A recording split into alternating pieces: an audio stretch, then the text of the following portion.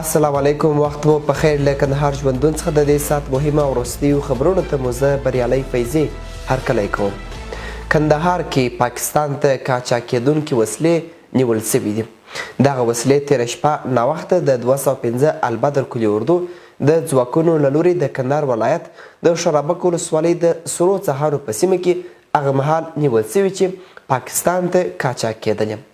د دریمې سرحدي لیوا مطبوعاتي مسؤل محمد قسیم وجدان ژوندون ټلویزیون ته په راستول سوې خبرپاڼه کې زیاته کړې چې د پیښې مسؤلینو له سیمې پښې سپکې کړي چې په خبره یې د نیولو لپاره یې هڅې روانې دي. دا هر څه پر داسې مهال دی چې په دې وروستیو کې پر ټولنیزو رسنیو کې د نارسمي ادرسونو څخه داسې خبرونه خپرېدل چې ګواکې د تېر حکومت یو شمېر وسلې او ټانکونه پاکستان ته په منظم ډول وړل کیږي. د افغانستان پخوانی ولسمشر اشرف غني وایي افغانستان اوس په یوه دوه لارې کې موقعیت لري.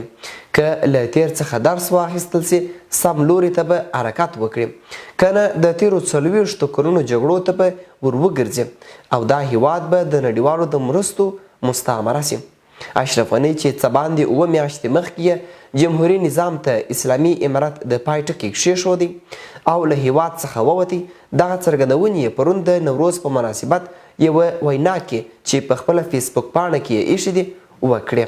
نوموړي په دغه وینا کې له اوسني حالت څخه د افغانستان د وتلو لپاره د 7 مهمو ټکو یادونه وکړه او خبرداری ورکړ چې د نړیوالو پام اوس په اروپا کې د جګړې بل سوي اور ته ور اوښتي او د افغانستان خلک باید نور بهرنیو مرستو ته سترګې ځیر نه کړي، بلکې خپل غم باید په خپله وخوري. اشرف غني زیاته کړې چې په افغانستان کې اوس جګړه درېدلې، خو د تلپاته او باعزته سولې لپاره باید هڅې وسي.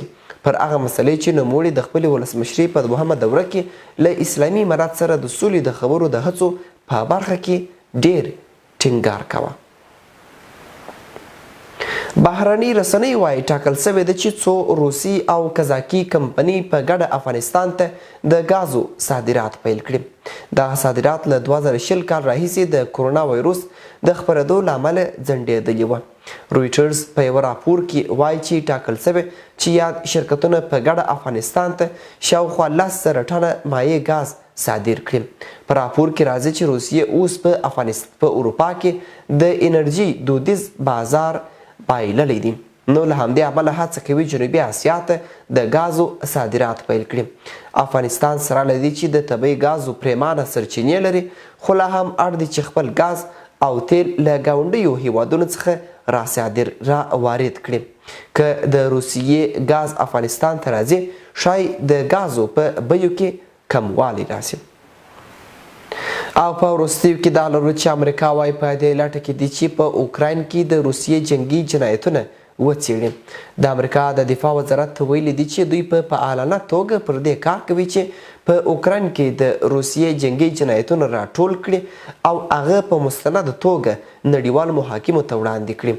دا اقدام وروسته تر هغه کیږي چې بایدن د روسیې ولسمشر جنګي جنایتکار وبلي او دې مسلې د روسیې غوسه وپاروله.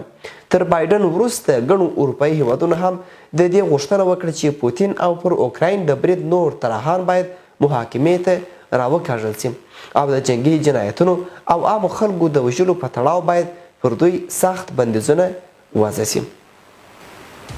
دا وه له کندهار ژوندون څخه د دې ساعت لنډ خبرونه. هر چیرې چې یاست ښاد اوسئ.